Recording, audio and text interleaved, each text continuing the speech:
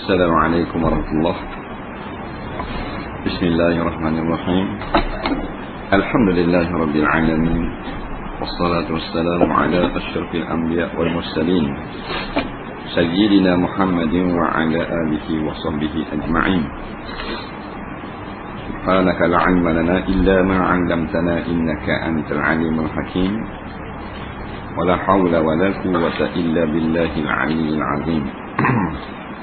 Muka surat 2. Qala al-muallif rahimahullahu ta'ala wa nafa'ana wa iyyakum bi'ulumihi fid dharain amin ya rabbal alamin.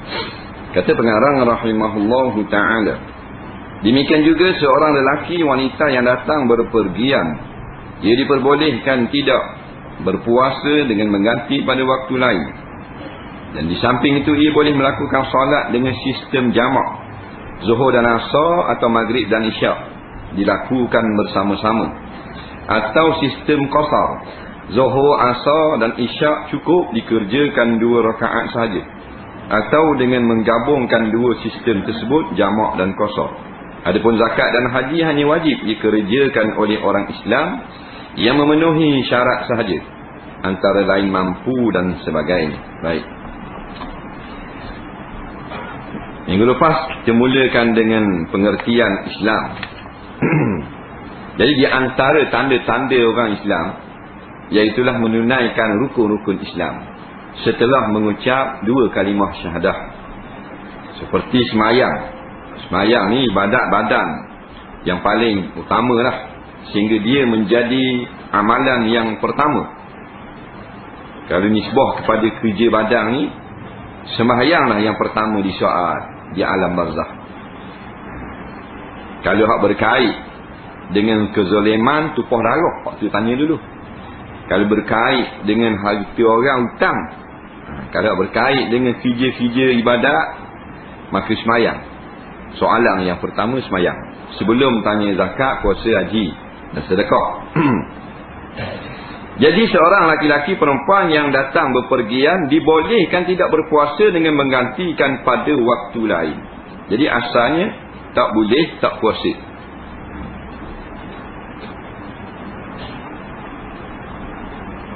Faman kana minkum marda aw ala safarin al-ayah. Barang siapa di kalangan kamu itu sakit ataupun sedang bermusafir, jadi boleh berbuka puasa lah. Tetapi bukan buka gitu saja, kena qada. Ada orang faham bila musafir boleh buka, tu dah boleh, tapi tak qada. Bila ingat ke boleh buka tu, tak payah qada lah pasal musafir. Wajib qada. Bukan buka tu tak payah qada. Yang tak payah qada ni orang yang tua, yang memang tua baka dah. Dah urak dah. Dia tak payah qada. Adapun orang yang sakit je, kata doktor tak ada harapan sembuh, tak ada qada. Dan di samping itu ia boleh melakukan solat dengan sistem jamak, Zuhur dan Asar atau Maghrib dan Isyak dilakukan bersama-sama. Jadi dalam wajib semayang 5 waktu ada keringanan dah pula, iaitu boleh jamak. Jamak ni bahasa Arab Melayu kata himpung lah. Kita kumpulkan Zuhur dengan Asar, Maghrib dengan Isyak. Kalau sewaktu dia tak panggil jamak, dia mesti 2. Zuhur dengan Asar, Isyak, Maghrib dengan Isyak. Kalau kita buat Zuhur dengan Asar dalam waktu Zuhur, dia panggil jamak takdim. Buat Zuhur dalam waktu Asar sekarang, jamak takhir. Boleh, tak ada masalah. Tapi biar ada syarat. Umpamanya kita berpergian, kita musafir, maka dalam musafir tu boleh kita nak jamak takdim. Umpamanya kita berhenti ni, nak di Kuantan, nak pergi Johor, tengah hari dah masuk waktu Zuhur, kita semayang lalu Asar supaya senang perjalanan kita. Tak payah berhenti dah, minyak isi penuh lagi dah, pakai street je.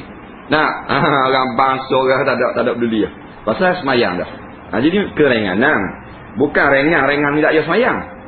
Tak payah semayang ni ada ketikanya boleh, darurah saja. Tu baru tak payah semayang. Tu pun kata setengah ulama, semayang juga hormat waktu, darurah. Seperti kita tengah kena kerja di Rima, tak semayang garik gini, balik ke bukit sikit, jumpa dengan Pok Belang, tinggal 15 minit lagi waktu habis garik. Maka kita tak apa, tak berdosa kita tak semayang garik, kerana kita berlari sambil dikejar oleh Rima. Nah, tapi setengah ulama kata wajib juga sembahyang hormat waktu sambil berlari, dipanggil solat khauf. Sambil berlari tu takbir, Allahu akbar, niat mayang gari. Faham? Lepas tu baca Fatihah dalam berlari tu. Jangan rokok. Hari ke bodoh ni rokok. Rokok kalau rimah rokok atas apa? Rimah direbar. Nah, tu masalah. Mana isyarat aje lah. Isyarat aje. Kalau sekarang siapa masih di rumah, rimah pun lari habis dah, kita kena qada mula. Tak pasal wuduk pun tak ada apa semua, tak menghadap kiblat tu semua. Tak. Tu lain lah. Ni keringanan. Boleh. Lepas tu ada pula orang kata dah zaman dulu yelah rohak naik unta, naik keledar, naik kuda, Learning naik jet, naik helikopter, naik kapal terbang, naik kereta laju. Mana boleh dah. Kosor jamak kita rengang dah. Tak kira jamak kosor ni dah bukan susah, tak susah. Dah Tuhan beri, terima saja.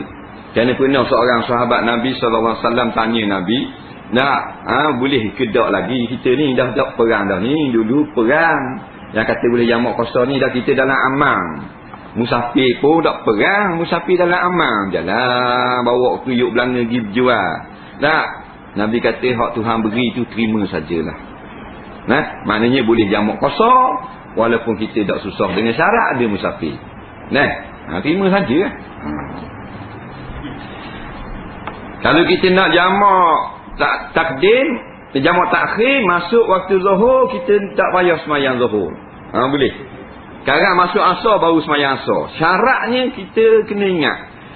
Dalam waktu zuhur tu mesti niat dalam hati nak sembahyang zuhur dalam waktu asar sekarang. Kena ada. Kalau tak niat kita masuk asar, dosa kita. Dosa apa? Tak sembahyang zuhur. Walaupun musafir pun kena sembahyang zuhur. Dia kata boleh jamak dah pun tak niat. Jadi ingat. Sekarang nak masuk waktu asar baru aku nak sembahyang zuhur. Pasal sekarang sibuk ni duduk atas shopping komplek. Pergi berjalan Kuala Lumpur ke Pulau Pinang. Lustak ke. Nak tengok negeri kita. Dah. Time bang zuhur tengah duduk beratur troli dalam shopping komplek. Kat gigi jalan tak datang balik ni. Dan hati nak semayang zuhur dalam waktu asar gitu. Sekarang bila masuk orang masuk, kita tidak berdosa tinggal semayang zuhur. Faham tak? Sama tu. Sekarang masuk waktu asar, semayang zuhur dengan asar. Panggil jamak takhir. Lepas tu setengah-setengah orang kalau dia tengok dia duduk dalam perjalanan, dia duduk tengah jalan, kita tengok ni tak semayang garik. Mungkin dia musafir. Dia niat jamak takhir. Orang luar kan. Jadi kita tak boleh kata ni tak sahih, tak semayang maghrib ni. Dia belum tentu orang luar. Dia singgah orang Terengganu Ustaz. Dia nak semayang isya sekarang. Siapa kata baru sekarang. Dia nak melawat negeri-negeri. Nak melacung. Jadi hak tu tak boleh. Kena husnuzon ni. Ni tengah duduk tengah jalan maghrib ni. Tak beli barang. Tak semayang kot. Tapi kalau muka kenal tu lain lah. Ni muka pasir panjang. Nak kata musafir tak sabar. Duduk biar patah. Tengok gari. Tak jadi lagu tu. Ataupun kita semayang kosor. Kosor ni maknanya kita pendekkan semayang. Ingatlah orang baru-baru lah. Kita pendekkan. 4 rakaat saja boleh. Iaitu semayang zuhur, semayang asar, semayang isya. Kita buat 2 rakaat. Jadi sebab tu niat dia macam-macam boleh. Aku semayang fardu zuhur kosor. Boleh tak? Aku semayang fardu zuhur rengkap. Boleh tak? Aku semayang fardu zuhur pendek. Aku semayang fardu zuhur 2 rakaat. Boleh lah tu. Maksudnya ringkas. Nampak? Pendek. Kosor-kosor ni pendek lah. Kosor ni dia tak ada kena-mengena dengan jamak. Tu nak ingat. Jangan kita ingat bila kita jamak mesti kosor. Dan jangan kita ingat bila kita nak kosor kena jamak. Tak ada. Dia tak ada kena-mengena. Tapi dua-dua ni rukhsah agama, keringanan agama. Sama ada nak ambil dua-dua atau nak ambil umpama kita nak ambil jamak saja boleh. Tak boleh kosor. Kita berhenti semayang jamak takdim tengah jalan di Kemamang, dia semayang zuhur 4 rakaat, salam naik pula asar 4 rakaat. Kau panggil jamak saja. Nak ambil jamak kosor 2 rakaat. Atau kita nak kosor saja tak boleh jamak boleh. Masuk waktu zuhur berhenti surat. Semayang zuhur 2 rakaat, tak jamak. Sekarang jalan pula siapa di Mersing tu, orang asar berhenti masjid, semayang pula asar 2 rakaat kosong. Sebab kita takut salah faham, jamak ni dia mesti kosong. Sebab kadang-kadang kita nak semayang apa benda ni, nak semayang tamam pun boleh. Nak semayang tamam. Tamam ni semayang biasa lah, tak ada masalah. Kalau nak ambil fadilat lebih, dah kita tengok masjid ada semayang biasa zuhur lah, berjemaah. Sekarang siapa di Kuala Lumpur main jemaah pula ni, tak ada masalah. Orang nak ambil derah, nak ambil awal pun boleh juga. Yang tak boleh tak semayang. Tak semayang, berderang kali tak semayang, duk berlatih ni, sukma dekat ni. Berlatih sukma dekat. Masing-masing nak tunjuk kehebatan mereka. Habis nak buat maksiat, nak berlatih sokar je pada semayang. Nak berlatih sokar, nak berlari pas better. Esok lari yang Rabu Olimpik Kuala Lumpur. Esok tak? Lari yang Majusi ni. Dalam agama Majusi mesti kena buat lari api dulu sebelum memulakan percara besar. Dalam agama Majusi. Jadi sekarang Olimpik ni asal daripada negeri Greek Yunani. Greek kuno. Greek Yunani kuno ni zaman dulu ni agama Majusi. Dia ada tuhan api dia. Jadi perkara besar seperti sokang ke perkahwinan ke kena nyala obor. Obor zaman Greek Majusi ni dilarikan satu daerah ke satu daerah. Kita start esok. Nak ambil. Lepas tu dia panggil Islam pelura. Benda-benda apa yang datang walaupun daripada Majusi dah orang kenang belaka ambil kat hari. Jadi kami dipanggil Islam pelura. Amal tak sedar. Dia boleh api ni bukan untuk dimuliakan, untuk ambil manfaat. Boleh. Tak, umpama buat lari obor ni, apa lari obor kan haram? Tak, surah blackout lagi surah. Tu lain kan. Nak nyala surah, orang nak semayang. Tu lain. Sebab tu Nabi haramkan, ataupun setengah ulama kata makruh, kita bawa obor pergi ikut orang mati bagi kubur. Melainkan bawa obor tu kerana malam. Boleh. Malam nak tanah tak nampak, jadi masing-masing bawa obor. Tu boleh, halal. Kalau dalam hadis kata larang-larang bawa obor tu kerana mengikut ajaran ataupun apa benda ni, adab bangsa lain. Kalau ada kematian memang nyali api dah. Kalau orang Majusi dia nyali api, dia iring jenazah. Jadi hak Nabi larang tu iring jenazah bawa api tu kerana nak ngikut orang. Adapun kita bawa obor kerana gelap malam takut sepak atu nesyam, kerana nak tengok liang senang nak turun mayat, hak tu tak ada larangan. Jadi kalau kita bawa obor saja tak ada larang. Tapi kalau buat lari gitu sempena upacara agama Majusi gitu tak boleh lah. Balik awal tu ramai-ramai. Jangan main. Tak faham agama jadi rosak tu. Adapun zakat dan haji hanya wajib dikerjakan oleh orang Islam yang memenuhi syarat saja, antara lain mampu dan sebagainya. Zakat dia tak macam semayang, lagi ada akal wajib semayang. Zakat ada harta tak wajib lagi semayang. Tak wajib lagi zakat. Orang tu ada harta wajib tak zakat? Tak wajib. Orang ada harta wajib tak zakat? Wajib tak? Tak wajib lah, tak siapa nisab. Nisab tak siapa. Umpama dia ada wang simpanan RM4,000 dalam bank, kena tak zakat simpanan dia ni? Tak kena, nisab dia tinggi ni, harga mah tinggi, RM5,000 pula dia ni, nak nisab dia. Tak kena. Dah RM4,000 tu harta lah. Harta ni apa? Bukan Mercedes. Dari segi agama harta ma yang fa'u, benda yang boleh memberi guna pada kita. Contoh ulama buat misal dalam kitab fiqh, sepasang selipar harta. Kalau sebelah tak harta. Maksud kalau mati tinggal sepasang selipar je, wajib bagi. Bagi kerana guting. Bukan guting mana jual. Kalau laku 2%, persen seorang. Mana saka. Dia begitu. Melainkan waris kata aku bagian selipar ni aku halal. Sebelah selipar tak bumi manfaat pada pemakai, tidak dikategorikan sebagai harta. Dia gitu. Jadi ada harta pun tak kena lagi, melainkan harta dia cukup nisab. Ada ternak kan tak kena. Umpama dia ada kambing 39 ekor tak kena. Dah kalau ada 40 je tu kena. Dah kena, tak siapa tahu. 40 ekor pun baru beli kat ni je KK. Aduh. Ada mari. Dah. Mana pun 40 ekor dah nak nisab je, tapi tak tahu lagi. Tak kena tak. Tu faham zakat tu dia banyak rekat nak boleh kena ni. Sebab tu bila dak keluar juga memang parok lah kena. Sebab dia payah kan senang nak kena zakat. Dia beli kambing 30 ekor, kita beli 800 tahun. Nampak tak kena juga zakat. Pasal kambing kurang-kurang nisab 40 ekor. Nah, dia gitu. Kita beli 15,000 ekor tapi baru sebulan. Tak kena zakat. Nah, sebab tu zakat ni bila sampai masa kena tak keluar juga parok kena. Orang yang ada kambing memang segok kambing. Nabi kata kambing tu akan segok je. Oh sakit.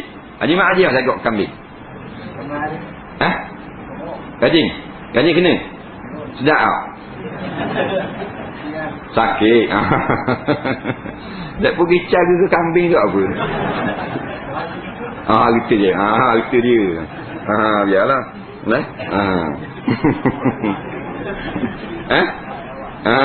Segok kambing kalau gitu.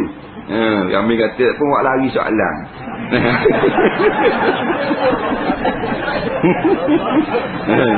Kena lagi. Tapi sebut dalam hadis lah bahawasanya binatang yang ternakan yang cukup nisab, cukup haul dak keluar, binatang tu akan tanduk kita dan pijak. Nah, bayang kalau ada lembu kubal tu dia segok kita balik sakit ya. Nah, binatang kalau lebih daripada hak kadang-kadang tak kena juga. Walaupun lebih cukup haul dan lebih pada nisab kadang-kadang tak kena juga. Seperti binatang yang tak wajib zakat. Macam kuda. Dia tak kena. Nah, dia beli kuda 800 ekor. Nah, tak kena zakat kuda. Nah, mereka dia niaga kuda. Zakat perniagaan, bukan zakat ternakan. Nah, mah perak kena, lain pada mah perak tak kena. Nah, dia ada permata berlian, dia simpan setiap harga 15 juta. Dah umpama dah kena zakat. Nah, pasal dia bukan harta zakat. Nah, begitu juga dengan haji dikerjakan orang Islam yang penuh syarat, antaranya lah mampu dan sebagainya. Haji gitu tak? Memang dia merupakan rukun Islam, tapi dia ada syarat dia pula. Di antaranya syarat yang jelas Tuhan sebut manistata'a ilaihi sabila. Barang siapa yang ada kemampuan kepada Mekah untuk pergi. Ada kemampuan baru wajib. Tak ada kemampuan tak wajib. Kemampuan tu adalah 3. Yang pertama iaitulah ada tambang dan nafkah untuk tinggal. Yang kedua kesihatan. Yang ketiga maknanya aman perjalanan. Dia ada duit untuk pergi dan balik, tapi nak tinggalkan nak bini 40 hari tak ada sekepeng. Tak wajib pergi lagi. Ada dah nak tinggalkan nak bini. Tetapi sakit pula. Tak wajib pergi lagi. Dah sakit dah, sehat dah, tapi perang pula di udara ni, takkan nak lalu ni tembak pula kau terbang, aku gerah itu. Contohnya. Dah nak pergi juga, dah haram boleh. Mati syahid nak pergi haji. Tapi kalau takut nak pergi, kerana takut kena jatuh kat depan ni tembak orang tengah perang, tak wajib pergi. Banyak lagi lah yang menyebabkan asalnya wajib jadi tak wajib. Siap ada tepah kapal terbang apa semua, ada tambang apa semua, suami pula mati. Kena pergi tahun depan. Pasal dia kena hidak, tak boleh keluar rumah. Dari keluar rumah haji ni jauh. Yang maaf keluar rumah fardu ain tu surah dekat rumah. Nak pergi ziarah orang sebelah rumah, puasa duduk di rumah boleh. Atuk lelaki mati 4 bulan 10 hari. Ada pun berpergian jauh tu tak boleh. Kena tangguh lah tahun depan. Pengertian iman. Jadi kita faham dah Islam adalah amalan. Kata iman berasal daripada bahasa Arab. Iman bahasa Arab. Iman tu. Menurut pengertian bahasa, kepercayaan, faith, kepercayaan lah. Iman, itu lain perjanjian. Adapun menurut pengertian agama telah dirumuskan oleh Nabi sendiri dalam suatu hadis yang terkenal. al-imanu an tu'mina billah wa malaikatihi wa kutubihi wa rusulihi wal yaumil akhir wa tu'minu bil qadari khairihi wa syarrihi. Iman ialah engkau percaya kepada Allah, malaikatnya, kitab sucinya, para utusan, hari kemudian, dan engkau percaya kepada takdir baik dan buruknya. Jadi iman ni masalah kepercayaan. Islam amalan anggota, iman kepercayaan. Nampak? Ihsan, tasawuf ataupun akhlak itu iaitu penyempurnaan seorang yang beriman lagi pula muslim. Jadi beriman dah beriman dah, lagi pula muslim, sembahyang, zakat, puasa, haji, dicantikkan lagi dengan ihsan, dengan akhlak tasawuf. Tu nak menyempurnakan dia. Jangan tasawuf pula tak ada iman atau tak ada fiqh. Tasawuf kuat tu natik tu tapi lo pendek. Tak boleh hari tu. Siapa tak pergi sembahyang jemaah tak jadilah. Tak apa tak pergi sembahyang wirid. Jadi tak boleh canggah. Dia tasawuf ke fiqh ke tafsir ke hadis ke ilmu apa pun. Jangan canggah dengan sunnah. Dia dasar dia sunnah dulu. Canggah dengan sunnah tak jadi.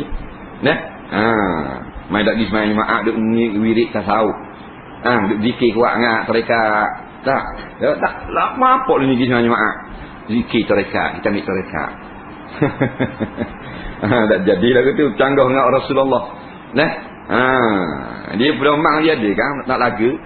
Canggah tak boleh ikut selalu. Tak boleh hamas selalu apa pun. Jadi kalau kita beriman saja tidak beramal, maka kita jadi fasik. Tapi kalau beramal tidak beriman, jadi kafir. Beramal tak beriman, munafik. Munafik ni kafir.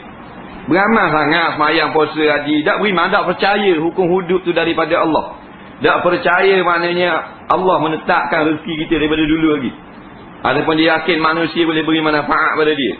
Beramal sangat tapi kufur dalam. Itu bahaya tak tu? Ataupun beriman tak beramal. Tanya maknanya puasa, sembahyang, zakat, sembahyang pun wajib tak sembahyang? Wajib kan? Dah apa tak sembahyang? Alah boh.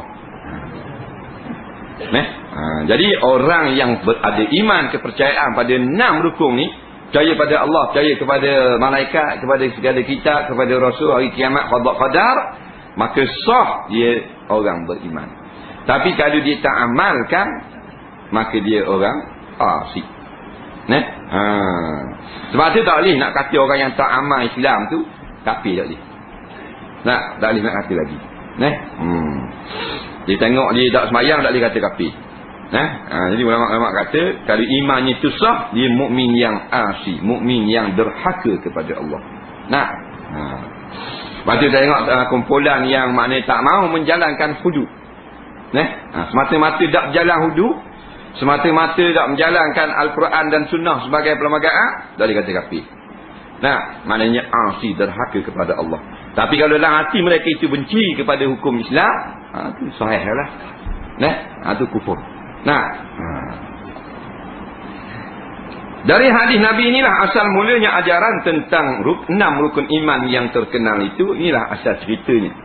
Jibril mari datang berjumpa Nabi, ajar 3 perkara. Yang pertama rukun Islam, rukun iman, dan ketiganya tentang ihsan.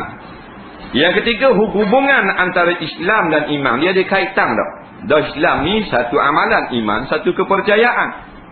Antara Islam dan iman pada lahirnya dapat dibezakan sebagaimana yang disabdakan oleh Nabi sendiri, yang bermaksud Islam adalah suatu yang tampak, perbuatan yang nampak kelih, sedang iman adalah suatu kepercayaan di dalam hati. Jadi mudah-mudahnya sebagaimana hak Nabi sebut dalam satu hadis, Islam ni dia nampak tu lah. Iman barang tak nampak.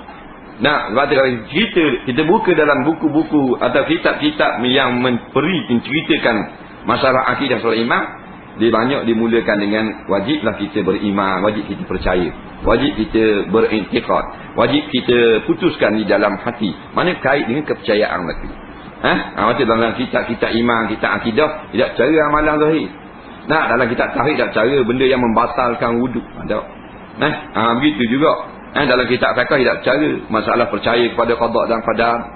Ini bab kitab fiqh. Nah, itu syariat. Jadi orang yang maknanya semata-mata beriman di dalam hati, tak ada zahir dari Islam atau amalan, maka kita tak tahu Islam ke tak. Tapi kalau orang yang telah amalkan amalan zahir, kita boleh tahu orang ni Islam. Islam ni Islam sebenarnya yang kita tahu. Ada pun di sisi Allah, Allahu a'lam, Allah lebih mengetahui itu. Nah, kemudian Nabi memberi syarat ke arah dadanya sampai 3 kali sambil berkata yang bermaksud at-taqwa, takwa itu di sini, takwa itu di sini. Jadi Nabi kata cerita tentang takwa, Nabi tunjuk takwa hahuna. Nabi tunjuk ke dada ni. Dada ni maksudnya dalam hatilah. Takwa ni maknanya kepercayaan kita bahawasanya Allah Ta'ala ini bersifat dengan kekerasan, bersifat dengan membalas segala kelakuan kita yang tidak bertepatan dengan syarak di akhirat nanti. Dan kepercayaan kita bahawasanya wujudnya neraka satu tempat azab bagi orang-orang yang derhaka. Daripada itu timbul takwa. Sebelum adanya takwa tu, dia penting keimanan. Kita percaya baru dapat takwa. Jadi kat mana takwa berkait dengan iman ni? Dalam hati. Dia juga dengan ikhlas. Benda hati belaka. Sebab tu kalau orang mari kata saya ikhlas ni, belum tentu. Sebab tu mulut. Saya ikhlas, belum tentu.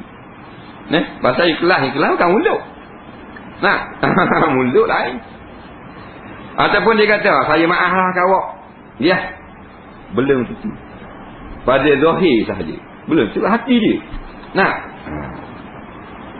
Dalam surah Al-Baqarah ayat 8, firman Allah, wa minan nasi may yaqulu amanna billah wa bil yaumil akhir wa ma hum bimumin. Di antara manusia dia yang berkata mengaku kami beriman kepada Allah dan hari kemudian, padahal sebenarnya mereka itu tidak beriman. Ayat ini ditujukan kepada satu golongan munafik di Mekah yang mengaku beriman kepada Nabi, tetapi sebenarnya tidak beriman. Ayat ini menjadi pengajaran sampai kepada akhir zaman. Pasal mengaku beriman ni ramai sangat mengaku. Tengok time Maulid Rasul, duduk puji Rasul. Time maknanya nuzul Quran, duduk puji Quran. Tapi dia juga yang lawan Rasul, cacang-cacang.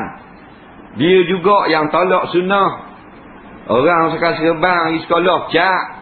Pakai skirt, terima. Benda-benda berkait dengan sunnah Nabi, ejek, pesenda dan sebagainya, dia juga. Inilah golongan-golongan yang bila duduk kat orang ramai, dia kata dia orang beriman. Nampak? Yaqulu amanna billah wa bil yaumil akhir. Mereka akan kata kami orang beriman, kami beriman kepada Allah, kami beriman dengan hari akhirat. Noh-noh beriman.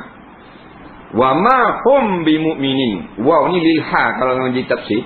Wal ha ni mereka tidak sekali-kali beriman. Tak beriman pun. Dah tahu dah ni iman dalam hati dengan tingkah laku. Tingkah laku. Sebab tu munafik dia tak tahu. Sebab nifak benda dalam hati kau. Tetapi tubik luar dah. Mulut duk kutuk ke hadis, kutuk ke ulama, kutuk ke hukum hudud. Kalau berjalan hukum hudud, habislah kudung orang Melayu lah ke. Habislah tak maju negara, tak ada tangan lah ke. Busuk sungai Terengganu lagi tangan orang curi kena potong. Itu perkataan itu menunjukkan apa yang ada di dalam hati.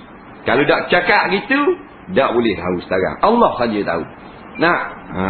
Orang dalam marah dalam waktu bit luar tahu lalu.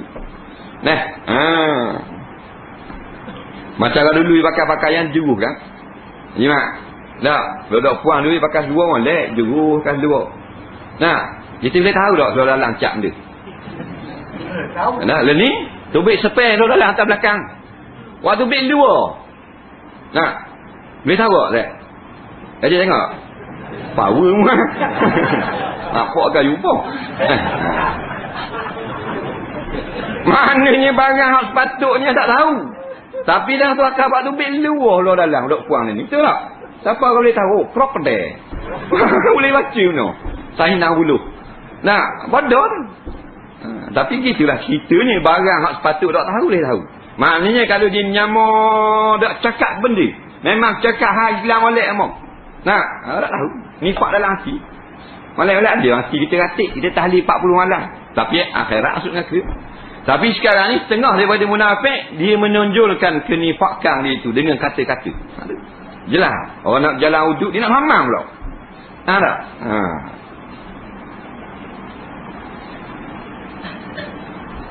Berdasarkan ayat dan hadis tersebut di atas, maka jelas bahawa pengakuan dengan lisan sahaja atau amal perbuatan seseorang itu bukanlah iman. Jadi berdasar pada hadis ini, amalan bukan iman. Tengok tu semayang tu, semayang tu benda iman kan? Dia tu iman tu semayang kan? Dah benda alamat beriman. Alamat saja. Nah, alamat. Ada alamat yang tidak sampai kepada tuan. Tengok. Alamat tu tapi tuan pindah. Siapa tuan? Tak apa. Dia ada. Maksudlah, ada alamat yang tak siapa tuan ni. Nah, maknanya dia buat lolok semayang. Maka kita semayang kita kata Islam. Lepas tu semayang tu alamat bagi iman. Tetapi dia tidak kerana Allah, maka tak sapa kepada tuan di semayang. Itu juga. Kita sapa surat cukup dengan poskop, dengan bank apa, tak sapa juga kerana tuan telah bertukar alamat. Itu. Kerana itu orang yang lahir telah membaca syahadat dan telah mengerjakan solat, puasa, zakat dan haji sebelum tentu ia menurut pandangan Allah sungguh-sungguh beriman. Sebab tu orang yang puasa, zakat, mengaji, menadah kitab, mengajar belum tentu beriman kepada Allah SWT di sisi Allah. Bagi kita kena kata orang beriman. Pasal kita tak tahu barang dalam. Allah tahu barang yang di dalam hati. Mereka nyamar saja. Jangan main. Tok Imam ada kafir. Tok Imam dah. Pernah berlaku zaman penjajahan Belanda di Aceh. Kafir Belanda, orientalis, pakar dalam Islam, menyamar menjadi orang Islam. Menyamar masuk Islam, ambil surat masuk Islam di Mekah. Belajar di sana, kemudian dihantar menjadi imam besar di negeri Aceh. Belanda, kafir tu. Tu imam. Ini kisah cerita lama lah. Di Belanda. Dia Belanda kan jajah Indonesia, dia pakat ada pokok Kristian. Portugis jajah Malaysia, tanah Melayu. Sepanyol jajah Filipina. Daripada Islam belaka sekarang tinggal di Mindanao dengan pahlawan Islam. Tanah habis jadi Kristian. Indonesia jadi Kristian. Dia bagi. Kamu Belanda bahang Indonesia, aku Portugis bahang Malaysia. Sepanyol bahang apa benda ni Filipina. Memang gitu. Dia menyamar siapa boleh mengaji di Mekah dan 2 kali buat haji. Cerita dia. Dia jadi imam besar di masjid besar Aceh, Bandar Aceh. Aceh bandar ni mana? Bandar besar. Bandar tu kan. Takut bandar, baju bandar tu. Dia ibu kota dia Medan. Medan. Usila Medan. Medan Sumatera. Tapi bandar ni satu benda, bandar besar lah. Satu masjid besar. Orang Belanda dah ada dengan kilas gerbang, pakai jubah berlapis. Dah hari ngaji Mekah. Boleh mengajar pula. Tujuannya nak memesongkan umat Islam. Hebat. Jadi orang tahu. Yang tahu tu dia balik ke Belanda, dia tulis buku tentang kejayaan dia menipu orang Islam. Dia tulis buku pula. Dia orang teling. Rupanya orang teling ni dia belajar Islam. Belajar hadis, belajar nahu, belajar balaghah, belajar macam-macam Quran, tafsir, sirah, kitab tasawuf. Untuk menghancurkan Islam. Mereka ini biasanya menjadi pensyarah di universiti-universiti di barat yang anak-anak Islam pergi belajar dengan dia, balik jadi sesat. Kebanyakan ni tu tujuan ni. Mereka yang tak sesat lah, yang tahu. Jadi maknanya orang tu ikut di semayang, orang kata Islam, orang kata orang beriman. Pasal walaupun tak nampak dalam hati, tapi tanda alamat iman tu ada dengan jadi imam besar. Mana tanda orang beriman.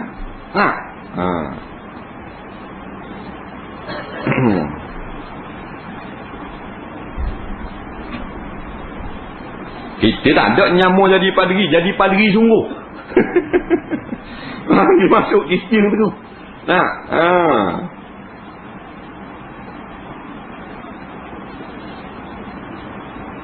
mungkin ia hipokrit, munafik lah. Tetapi kita dilarang oleh agama bunyi bersangka yang demikian terhadap seseorang kecuali yang terdapat indikasi. Indikasi ni macam burhan lah. Atau bukti-bukti yang nyata. Jadi kalau orang tu yang kita tengok sembahyang, puasa, zakat, haji, menutup aurat, mengucap kalimah syahadah, berzakat, korban, kemungkinan dia beriman sungguh, kemungkinan dia tidak beriman munafik. Dalam lagu mana? Dua-dua mungkin boleh. Husnuzanni, sangka baik, kerana tak ada alamat. Nah, melainkan kita dengar lah dia bisik di rumah dia. Atau kita dengar dia cakap, aku buat lalak, beriman, bodoh pokok ni. Barulah kita boleh kata. Nah, kalau kita tahu selalu barang dalam hati, kita jadi sama dengan Tuhan lah. Nah, padahal satu je yang tahu dalam hati, Allah seorang je. Kita tahu juga tak boleh. Kita nak tahu dia tu munafik, dia kena berlapah dulu. Nah, barulah boleh kita kata. Barulah maknanya kita tidak menyamai Tuhan. Kerana Tuhan walaupun tak berkata innallaha alimun bizati sudur, sesungguhnya Allah Taala sangat-sangat mengetahui dengan apa yang ada di dalam hati. Jadi kita sangka baik. Semua orang kita tengok buat kerja-kerja Islam, kita anggap orang beriman, selama mereka tidak melapaskan perkataan-perkataan yang membatalkan iman mereka. Kita harus memperlakukan seseorang menurut lahir, tingkah laku dan wajib memutuskan segala perkara, perdata, pidana dan sebagainya yang menyangkut manusia berdasarkan fakta lahiriah. Sedangkan hakikatnya kita serah kepada Tuhan yang mengetahui lahir dan batin seseorang. Jadi bila seorang yang telah mengucap dengan wajah Islam macam biasalah, kita tak tahu barang yang dia dalam hati, takut-takut dia pura-pura Islam. Orang lagu ni kita naklah jalankan muamalat seperti orang Islam biasa. Kalau dia jadi imam, kita boleh jadi makmum kerana tak tahu lagi rahsia dalam hati dia. Kalau kita nak nikah, dia boleh jadi wali, dia boleh jadi saksi. Kalau dia sembelih boleh makan walaupun dia kafir, kerana kafir itu hanya Tuhan yang tahu, kita tak nampak lagi. Pandai dia menyamuk, sembelih kita boleh makan. Masih tanam kubur Islam, boleh ratik, boleh apa, tak ada masalah. Kerana Allah saja yang tahu apa yang tersembunyi. Nabi sendiri tak tahu. Nabi tahu orang ni sepanjang tu munafik tu, Jibril mari khabar. Seorang-seorang khabar ke Nabi. Anak si pulang siap dengan gambar IC. Ini bapak munafik belaka. Pada zaman Nabi dalam suatu peperangan, Usamah membunuh seorang musuh, tetapi sebelum dibunuh ia membaca kalimah syahadah. Peristiwa ini disampaikan kepada Nabi SAW. Maka Nabi bersabda yang bermaksud, apakah ia telah membaca la ilaha illallah dan engkau membunuh? Usamah menjawab, wahai utusan Allah, ia mengucap kalimah syahadah itu kerana semata-mata takut dibunuh. Kemudian Nabi berkata, apakah engkau telah membelah hatinya sehingga engkau mengetahui hatinya itu mengucapkan membenarkan kalimah syahadah ataupun tidak? Satu peristiwa dalam satu peperangan, Usamah radhiyallahu an, sahabat Nabi yang pandai berperang, dia telah berperang dengan seorang, berlawan pedang dengan seorang tentera musuh, tentera kafir. Jadi bila berlawan tu jatuh tentera kafir, dipijak atas dada. Usamah jirit atas gitu. Dari nak gerak, nak pacung kepala. Bila nak pacung kepala, jawabnya tentera kafir ni, asyhadu an la ilaha illallah wa asyhadu anna Muhammadar Rasulullah. Dia bunuh juga. Bila ngucap bunuh juga. Kes ni siapa kepada Rasulullah. Nabi kata dah dia ngucap dah, kan apa mungkin bunuh. Nabi marah. Tak mungkin bunuh. Kata Usamah, dia buat lalak ngucap kau, takut mati. Nabi kata, mu belah dah dada, tengok hati dia. Belum tentu, mungkin dia buat lalak sungguh, macam mu kata, mungkin dia beriman sungguh macam tu. Sebab tu tak boleh. Lagi tak zahir, kekufuran dia, sama ada zahir tu dengan perkataan atau perbuatan, tak boleh kita kata, tak susah nak kata dah. Nak kata ni hak zahir. Orang kafir baru kita kata kafir, orang zahir munafik baru kata munafik. Melainkan kita nak pertakutkan orang daripada kemunafikan, kita boleh kata atas jalan umum, amalan-amalan ini membawa kepada munafik. Buat kerja lagu ni kerja munafik, supaya orang buat kerja tu jadi takut dengan munafik. Itu boleh. Kalau perangai munafik tu lain. Orang ni mu ni pun dia buat perangai orang munafik tu lain. Mu ni munafikun, tak boleh. Munafik ni kafir. Tapi kalau perangai munafik, Islam lagi. Perangai tak boleh. asas ajaran Islam. Wallahu a'lam. Kita ada banyak soalan.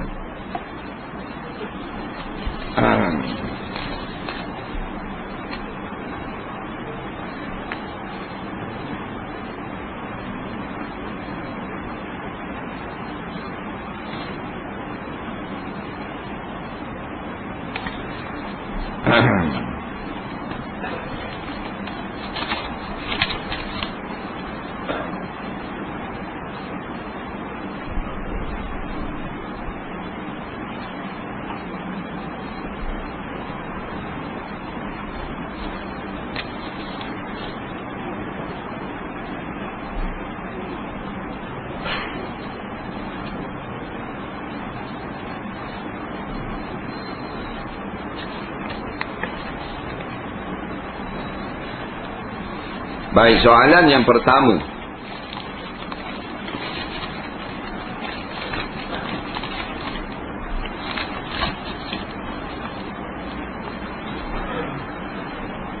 Terangkan perbezaan di antara mahram dan muhrim.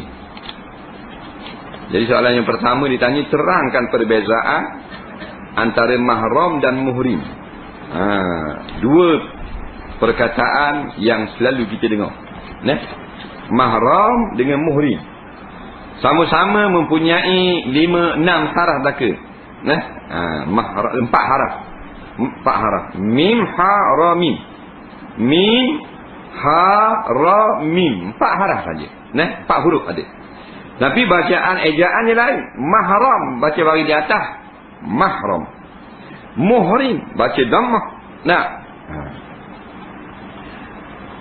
Mahram iaitu mereka yang kita haram nikah dengan dia. Mahram orang-orang yang kita haram nikah dengan dia. Muhrim pula iaitu mereka-mereka yang sedang di dalam ihram ataupun haji. Itu muhrim. Muhrim ni man ahrama bil haji awil umrati. Dalam kitab ta'rif. Mereka yang berniat dengan mengerja haji atau umrah. Dia niat. Tadi tak niat lagi. Siapa di B Ali Madinah, dia niat. Berarti aku niat, aku berihram, mengerjakan haji dan umrah kerana Allah Ta'ala dalam hati dia. Maka start itu dia bernama muhrim. Nampak? Itu man ahrama bil haji awil umrati. Orang yang berniat mengerjakan haji dan umrah, sama ada fardu atau sunat, dipanggil muhrim. Mahram man haruman nikahuhu. Mereka yang haram nikahnya. Mahram. Itu beza dia. Boleh tu. Ataupun muhram, setengah ulama baca. Muhram. Mereka yang diharamkan kita nikah dengan dia. Umpamanya mak kita mahram, bukan muhrim. Baik. Soalan seterusnya. Saya telah berkahwin 2 selama berapa tahun. Setelah sekian lama saya dah tak mampu menyara dan memberi nafkah untuknya. Apakah harus saya lakukan? Haruskah saya menceraikan salah satu daripadanya? Dia nikah 2. Lepas tu dia ni tak mampu lah nak baik, nak tanggung 2 orang. Seorang boleh lagi. 2 orang tak boleh dah. Maka haruskah dia nak cerai isteri dia? Nak cerai, tak nanti tak ada nafkah. Boleh beri nafkah pun boleh cerai. Dia hak suami. Makruh lah, tak ada sebab apa-apa. Tapi kalau sebab tiada lagi sanggup ataupun dapat memberi nafkah, kan nafkahnya suatu yang wajib dan memberi beban pula kepada anak isteri, maka haruslah dia cerai. Tak ada dosa. Tak ada dosa. Dalam mana lebih baik? Lebih baik dia bertawakal kepada Allah. Mudah-mudahan Allah Ta'ala bila orang kita kuat tawakal kepada dia, Allah murahkan rezeki kita. Kerana dicerai itu perkara halal, perkara halal yang paling Tuhan tidak suka. Benda halal itu Tuhan tak beri. Dia gitu. Jadi kalau cuba, tapi kalau isteri dia maknanya nak bercerai juga tak ada masalah. Pasal dia penting nafkah ni. Penting. Bukan main-main. Jangan kita kata ke isteri kita, dah mu dah boleh nak UPT aku bulan-bulan apa semua tak nak tanggung cerai lah aku. Nampak tak, dia kata deraka dan sebagainya. Kerana hak dia. Hak dia. Nafkah hak dia. Bila kita tak sanggup nak beri, tak boleh nak marah dia minta cerai. Nah, ada perempuan yang minta cerai kerana tidak dapat memenuhi nafkah, tidak berdosa pun dia. Nah, dia hak dia. Soalan seterusnya. Isteri saya baru suci dari haid dan telah mandi wajib. Selepas itu saya pun jima. Tiba-tiba saya lihat sedikit darah. Apakah saya patut teruskan? Nampak?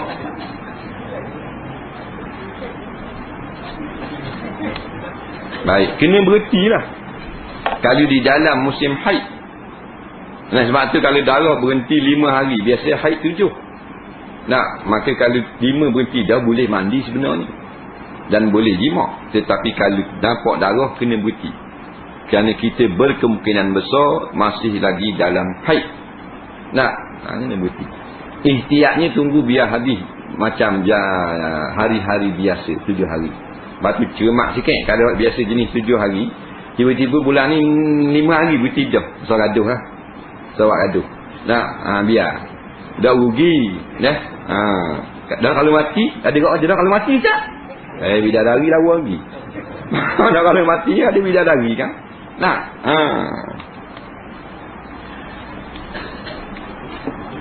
takut haid. Kalau istihadah tak apa, takut haid. Nah, bila haid kita terus lagi dosa pula. Tadi tak sengaja.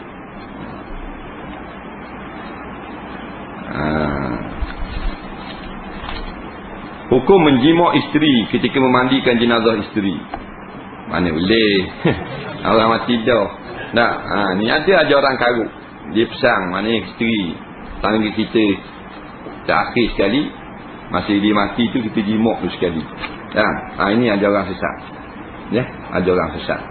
Dia kata supaya isteri dia itu bersama kita di dalam syurga jadi. Oleh molek masuk syurga pergi jima banyak pula ngemumu masuk neraka. Faham tak? Ada orang sesat belaka ni. 72 karung kan? Tu saya. Adakah menyimpan misai itu golongan Yahudi? Kok mana pula Yahudi misai? Bapa simpan misai Yahudi? Tak. Kerana beberapa orang sahabat menyimpan misai. Kalau itu Yahudi lah sahabat. Tak. Bukan. Cuma maknanya Nabi cerita orang Yahudi ni suka cukur janggut simpan misai. Pesing je. Bila kita pergi buat gitu, kita tak ada Yahudi. Cuma kita luput sunnah, iaitu menyimpan janggut. Jangan kata Yahudi tu tak berusaha. Jangan gaduh. Ilmu fiqh ni mengaji dulu. Jangan gaduh nak hukum kau orang. Hukum kita dulu. Boleh tak memakai seluar jin? Tak ada masalah pakai. Apa salah seluar jin? Seluar persik boleh pakai. Tak ada apa-apa. Kena dengan gayanya seluar jin. Tak ada boleh sembahyang. Cukup syarat. Labuh, menutup aurat, tak ada berlubang-berlubang, cari-cari, boleh sembahyang. Boleh sembahyang. Seluar jin. Tak ada apa. Ada tulis apa ni 903. Tak masalah. Tapi kalau tak kena gaya kakak lekat, tak sah sembahyang. Tak sah. Kan lekat. Tapi dia gulung jadi macam kena lalang.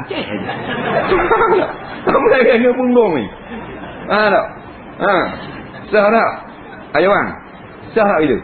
Gulung macam hak tepi jalan duduk. Kan lekat tak sah. Dia bukan atas nama brand tak kira.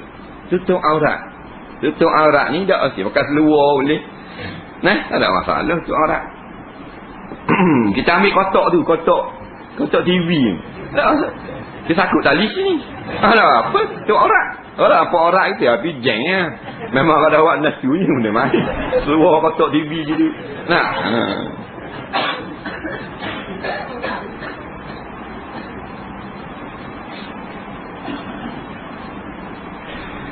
Saya duduk di kampung Bukit Besar. Tiap-tiap hari saya mari surau ini. Tiba-tiba datang orang tabligh. Rumah saya suruh mengimarahkan surau atau masjid terdekat. Saya jawab, saya jawab, buat benda ikut tu Imam Hadari. Boleh tak kita lakukan surau? Baik, masalahnya orang tabligh ajak dia bisu ramai-ramai, tapi dia nak didengar. Tengoklah kalau kuliah benda tu fardu ain, maka tak apa kita lakukan surau. Tujuan bukan kita nak maknanya menyebabkan surau tu tak ada orang kat rumah kita, tapi tak ada orang ngajar. Cuma kalau boleh kita dekat dengan surau tu, beri ada cek bersemayang berjemaah di situ. Kalau boleh lah, kalau tak boleh nak buat apa ni? Sebab fardu ain, nak belajar. Tak payah balas benda gini.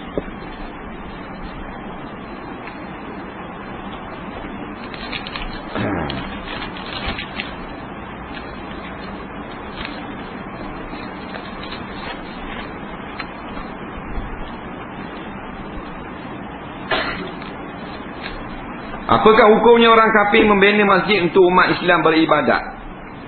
Nampak? Boleh orang kafir membina masjid untuk umat Islam beribadat, boleh sebenarnya. Tetapi di negeri itu diperintah oleh orang kafir. Negeri itu orang kafir perintah. Macam di Rusia, di England, ke Jerman ke tak? Kafir. Jadi orang Islam minta masjid dia buat. Tidak boleh orang Islam buat, dia buat. Boleh sembahyang. Bila dia buat, dia suruh pada kita, jangan ke imam kafir pula. Kita ambil lah, boleh sembahyang. Yang tak bolehnya di negeri tanah air orang Islam, buri orang kafir buat, tak boleh. Hukumnya haram, tak boleh. Kerana mempersendakan Islam. Kemudian menebihkan orang kafir lebih pada orang Islam. Padahal orang Islam tu ada. Kerana Nabi kata Islam ya'lu wa la yula alaih. Islam ni dia kena tinggi. Dalam bab kontraktor Islam kena duduk atas. Pasal bumi ni bumi mak Islam. Kontraktor bukan Islam duduk bawah ni, buat projek lain. Banyak benda dia boleh buat kan, kontraktor kafir. Jadi kita sengaja gitu, tetap orang Islam duduk di bawah, haram. Tak boleh. Macam makan lah, kedai orang kafir boleh lah kalau kita duduk di Jerman, duduk di Sweden. Ni Tanjung bahan kopi tiang, mana boleh.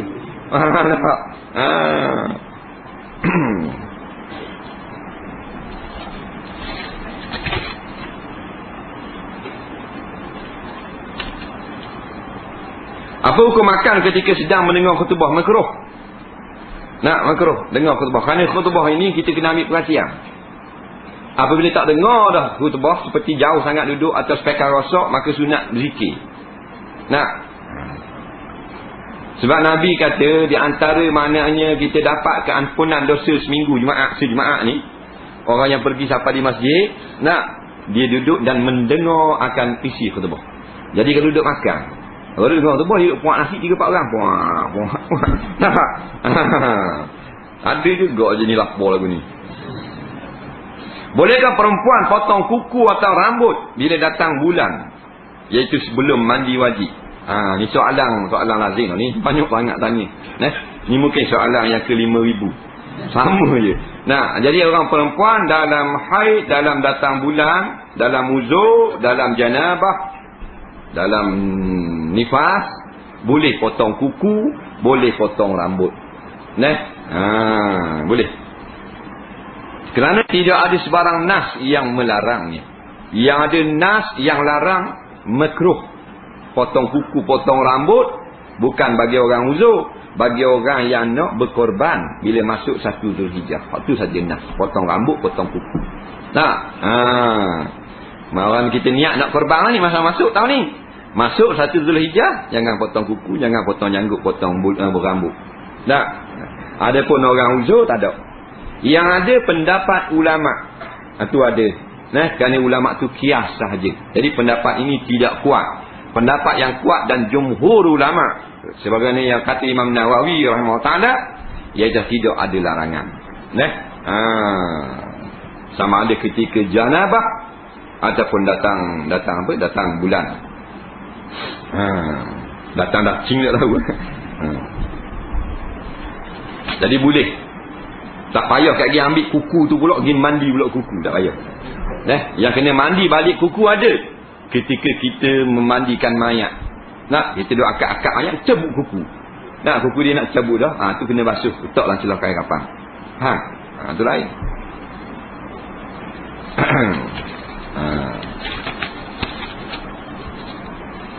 10 minit insya-Allah.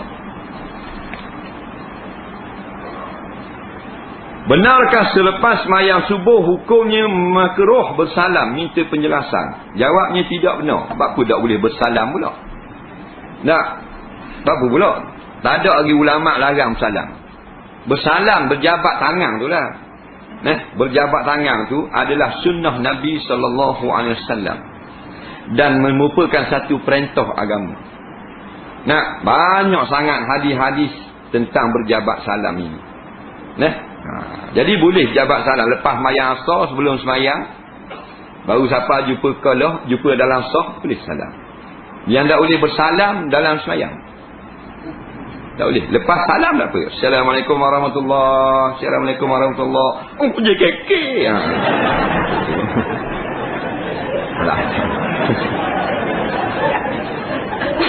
Bau 3 kali mubahal. Aku tak ada ingat. Dah tu tak apa lah. Tak ada larangan pun, tak ada larangan. Nabi sebut pula ma min muslimaini, ni yang paling masyhur ni. Ma min muslimaini nampak? Fayal takiyani, maka yang takiyani yang bertemu keduanya. Fayatasafahani, lepas tu berjabat salam pula keduanya. Nabi dah kata lepas salam biar Allah atas sejid khabar mana-mana. Berjabat salam. Ghufira lahuma, diampunkan dosa dua orang yang berjabat salam ni malam yatafarraqa, selama belum berpisah. Cuma dua pendapat ulama. Satu pendapat mengatakan selama berpisah majlis. Pendapat yang kedua selama tak cabut tangan. Sebab tu ulama besar-besar kata boleh salam. Syekhul Al-Azhar sebut boleh salam. Yang tak bolehnya kita intiqah, ini adalah sunnah mesti buat salam. Itu baru salam. Kerana tidak ada hadis sebut dengan khusus suruh salam lepas sembahyang. Salam atas dasar perintah yang umum sahaja. Faham? Jadi bila asalnya harus, bila kita buat jadi sunat. Jadi orang tak salam, tak apa, salam pun boleh pahala. Itu saja. Pas sembahyang kan tak ada khabar mana-mana. Jumpa kat mana? Pak Ali betul tak apa salam. Sebab apa nak ambil fadilah ni? Ghufira lahum ma lam yatafarraqa. Diampun kedua orang yang jabat tangan selama belum berpisah. Batu setengah kali lambat lepas. Lambat lepas boleh banyak dia. Kita lepas awal boleh 9. Dia lepas ke dia habis 10. Contoh gitu kok. Jangan dalam semayang lah. Tengah sayat awal. Mari bila. Dia kira bodoh. Tak batal semayang. Dalam semayang. Lepas semayang tak ada masalah. Jangan kita duduk libat sangat dalam masalah-masalah yang dibawa oleh maknanya setengah-setengah orang tu. Ini masalah khilafiyah. Ini nak suruh kita balas benda-benda remeh-temeh gini. Benda besar kita tak mau balas. Orang murtad, orang macam agama benda ada buat zalim, rambak masjid, macam-macam peseng.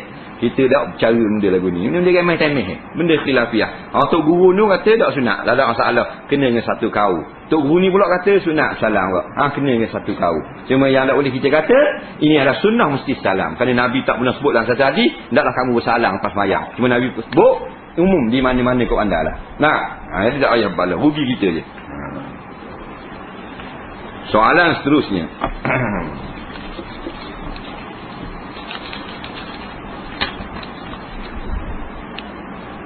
Saya dari Paka ke KL untuk bermain futsal. Boleh tak jamak kosor? Saya main futsal dengan menutup aurat, pakai seluar trek panjang. Tapi kawan sepasukan saya pakai seluar pendek. Minta penjelasan.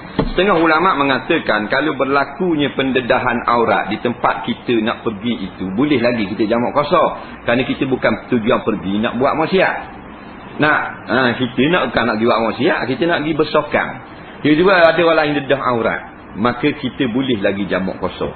Ini suatu keringanan untuk kita taklid pendapat ni.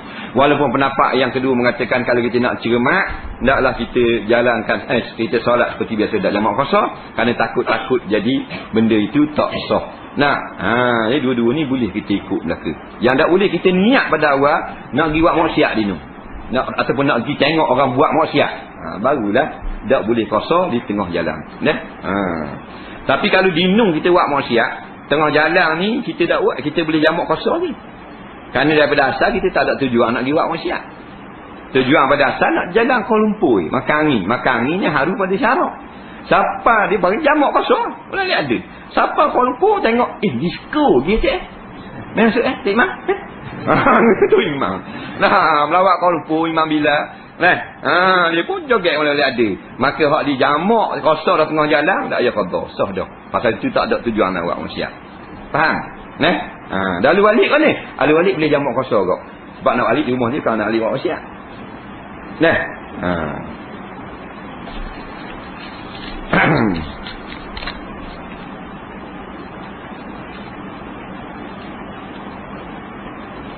Apakah hukumnya kalau suami mengaku bujang dan belum berkahwin kepada seorang perempuan yang baru dikenali, sedangkan dia sudah pun berkahwin dan mempunyai anak? Apakah hukumnya suami melapangkan perkataan, pergi balik rumah makmu, aku tak ambil dah kamu? Adakah talak akan jatuh? Baik. Soalan pertama ni biasa ni. Dia ni kahwin je ada anak dah. Tapi bila jumpa dengan orang puan dengan jalan anak dara orang muda, dia kata saya dah kahwin. Soalan cikgu. Okay, boleh. Boleh tahan. Ini kira tak? Jangan main. Betul tak cikgu? Dah kalau kita dah ada anak bini dah pun, kalau kita ada cakap dengan puan muda comel, takkan kita nak kata ada bini tak? Kalau cikgu kata ada bini ke, kata tak ada. Kalau cikgu ikhlas hati janin, jawablah.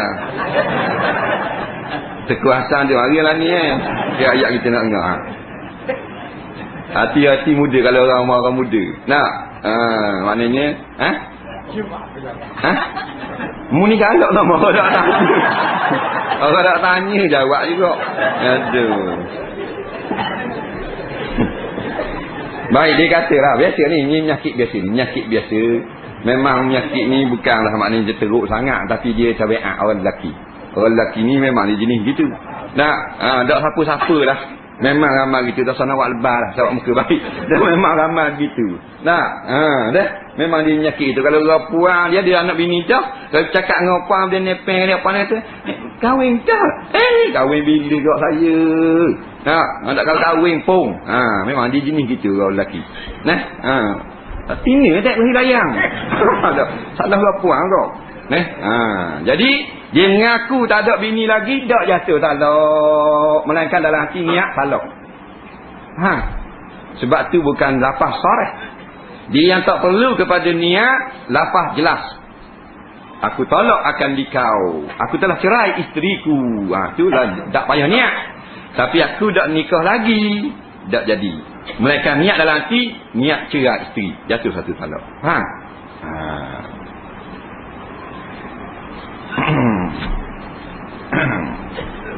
Suami melapangkan perkataan, pergi balik rumah makmu, aku tak ambil dah mu. Adakah talak akan jatuh? Begitu juga lafaz ini tidak menjatuhkan talak melainkan dengan niat. Ni dia panggil lafaz talak kinayah, lafaz talak sindiran, lafaz talak sarih jelas. Aku cerai akan dikau, aku talak akan dikau. Aku leraikan talian nikahmu dengan aku, tu jelas tu. Tapi mu pergi balik rumah makmu, aku tak ambil dah kamu. Mungkin tak ambil hari ni. Mungkin tak ambil hari ni. Mungkin tak ambil sungguh. Nak cerai. Bila ada dua makna, tak jatuh talak. Dia sarih ni yang la yahtamilu illa makna talak. Benda yang kita tak boleh nak tanggung melainkan makna cerai dah. Seperti aku cerai akan dikau. Itu tak boleh tanggung makna lain. Nak kenal makna kinayah, lafaz kinayah ni malahu maknain. Benda yang malahu maknayan, benda yang kalimah yang ada dua makna fa aksara atau lebih. Lafaz tu, perkataan tu ada dua makna ataupun lebih lagi. Seperti mu pergi balik rumah makmu, ada dua makna. Yang pertama makna cerai, boleh? Boleh ke tak? Makna cerai, tak ambil dah, mana nak cerai dah. Yang kedua makna pergi balik rumah makmu lama tak tengok mu. Boleh ke makna tu? Boleh ke? Jadi bila ada dua makna atau lebih lagi, tak jadi, tak jatuh talak. Melainkan dalam hati baru niat tu yang mengkhususkan makna mana daripada kalimah tu. Banyak maksud kan. Dia balik mu duk telefon tak mau nak tengok angkat mukamu. Dia lain. Dalam hati. Nah, dah atuh gitu. Soalan seterusnya. Dah habis ni. Dah. Allah Rabbi. Ada dalam 25 je. Bertambung-tambung. Tak apalah. Baik. Mana pendek sikit. Soalan terakhir ya.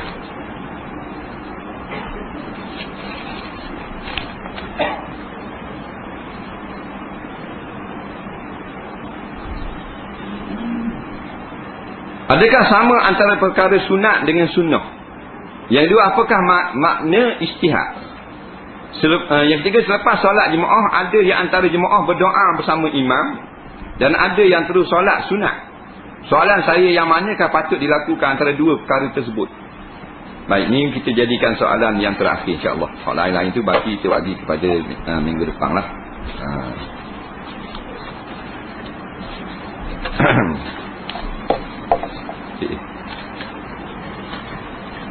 Jadi soalan yang pertama, adakah perbezaan antara perkataan sunnah dengan sunat? Benda beza sunnah dengan sunat. Baik. Sunnah ni perjalanan Nabi. Sunat ni hukum syarak. Ni lain hukum syarak. Ma yusabu fa'iluhu wa la yu'aqabu tarikuhu, tu sunat. Benda yang kalau kita buat boleh pahala, kalau tak buat tak berdosa pun. Itu sunat. Seperti hukum sembahyang witir ni apa? Sunat. Dan kalau buat boleh pahala, kalau tak buat tak dosa. Sunnah lain. Sunnah perjalanan Nabi, perkataan Nabi, amalan Nabi, perintah Nabi, anjuran Nabi, suruhan Nabi. Kadang-kadang berbentuk suruhan, Nabi suruh buat benda tu, sunnah. Kadang-kadang hak suruh tu wajib, sunnah. Kadang-kadang suruh tu sunat, tak wajib. Kadang-kadang sunnah tu Nabi tak suruh, Nabi tonjolkan saja, seperti Nabi bakar jubah, bakar serban. Jadi sunnah Nabi kak. Kadang-kadang Nabi galakkan kita, seperti suruh kita belajar naik kuda. Sunnah Nabi.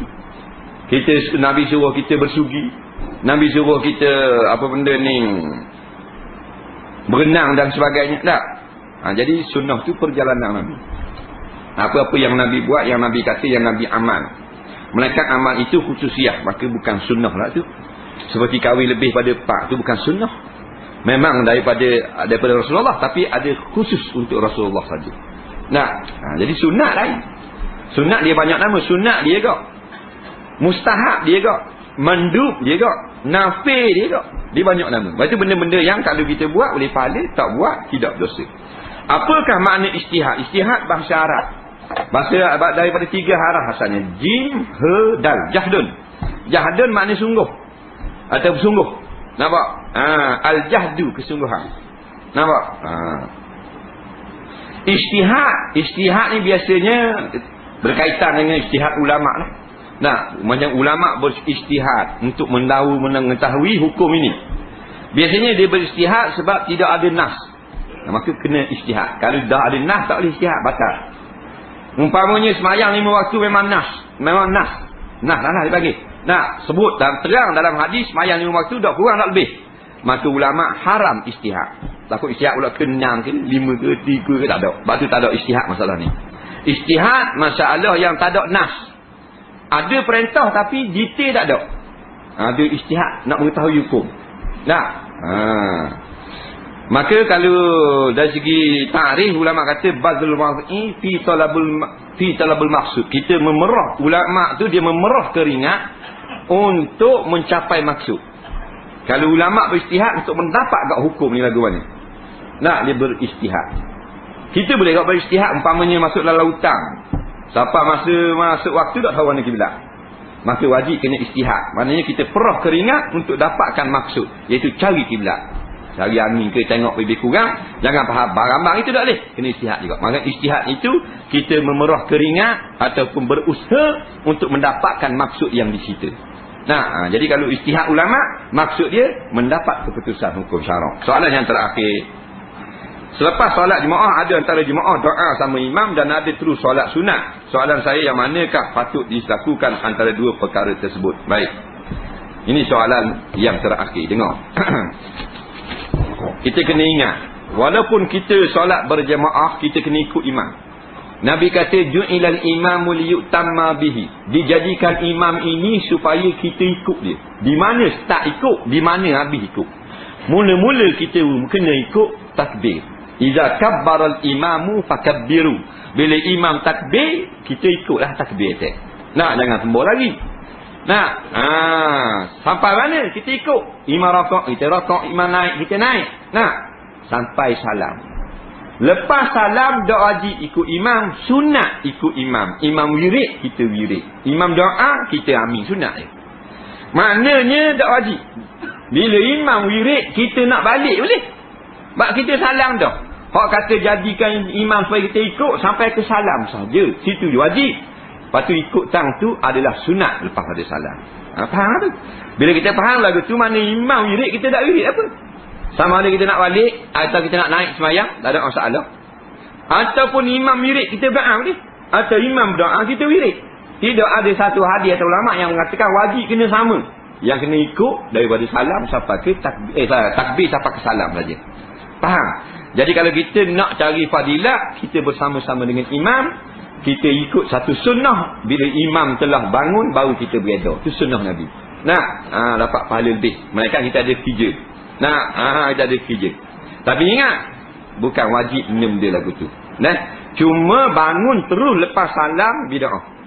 Kerana Nabi SAW tidak akan beranjak daripada solat maktubah, melainkan akan sebelum beliau melapaskan beberapa kataan. Di antaranya astaghfirullah ataupun la ilaha illallah, Allahumma antas salam. Nah, tak ada Nabi SAW terus bangun. Mesti Nabi wirid selepas solat fardu. Kalau kita nak solat sunat pun, kerana nak pergi lari dah, bacalah istighfar 3 kali sekurang-kurangnya supaya ada fasil antara salam dengan berdiri terus. Nah, jadi kita nak dengar, nak solat sunat, nak wirid tak boleh, bah nak berjalan dah. Nah, atau kita nak pergi jalan tak lain, maka lepas salam jangan assalamualaikum warahmatullahi wabarakatuh terus bangun. Itu jadi bid'ah. Tapi kita wirid sekejap. Apa? Kita ambil yang biasa Nabi baca. Nah, astaghfirullahalazim, astaghfirullahalazim, astaghfirullahalazim. Baru belanja. Maka dia panggil terus dulu tu. Jangan buat lebar bodoh gitu. Pas salam assalamualaikum warahmatullahi wabarakatuh terus bangun lalu. Nah, dah hebat lagu tu, menyalahi sunnah. Nak derah sangat ada fijir, wirid dulu sekiri. Yang Nabi kata, bacalah lepas fi duburi kulli solati maktubah. Bacalah aku tinggal ni tiap-tiap kali belakang solat maktubah. Walaupun sebab sahabat main sunat kau, takkan Nabi tak erti. Kita pun nak main sunat, tapi Nabi kata baca selepas solat maktubah. Nabi banyak sekali baca la ilaha illallah, la ilaha illallah wahdahu la syarikalah. Dan Nabi banyak baca istighfar, dan Nabi banyak baca Allahumma antas salam. Kalau kita nak tak ada fijir, tasbih 33 kali dan sebagainya. Jadi ingat, kalau kita tak sama dengan imam wirid, kita nak bangun sembahyang sunat dulu kerana nak lari, sekurang-kurangnya istighfar 3 kali atau Allahumma antas salam. Boleh wallahu a'lam.